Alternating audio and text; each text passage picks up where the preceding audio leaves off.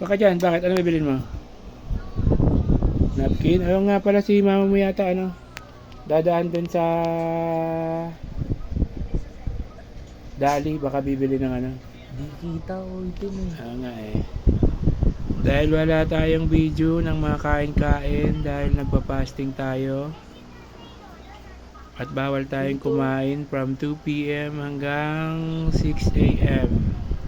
6 a.m. to 2 p.m. ang tayo ay pwedeng kumain, kaya bibidyoan na lang natin yung alaga nating mga puppies, mga baby shih tzu. Yan, ito yung dalawa, 3 minutes video. Ang oras natin ay 6:50 ng gabi, January 31, 2026, Saturday. Yan. Kanina pa lang umaga at kahapon ay tayo ay nag-training bilang first aid trainee sa Red Cross. 2 days, kaya tayo ay trained first aider na ng Red Cross. Yan, ito yung isang Shih Tzu, dinidilaan yung malamig na tubig. At ubos na yata yung lagay mo nga doon, lagyan mo. Nadidilaan niya yung ayan si Liit, yan si Liit, ang ating isang Shih Tzu. Yan, gutom na yan, gutom. Pero mamaya papakainin yan pagdating ng mama nila.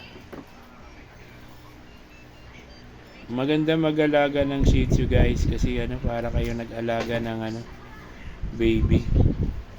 Sa mga hindi nagkakaanak pa, yan ang alagaan yung mga Shih Tzu, para kayo nag-alaga ng baby dyan. Kasi vitamins nyo, kailangan complete injection yan.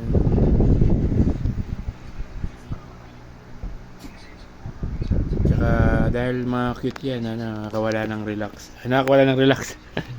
Nakakawala ng stress yan, lalo na to si Brad Pitt. Yan si Brad Pitt. Yan pogi. Bambit. Yan tingnan mo. Ayan pa-monster ang mukha niyan, Bambit. Sino yan? Asa sa bahay.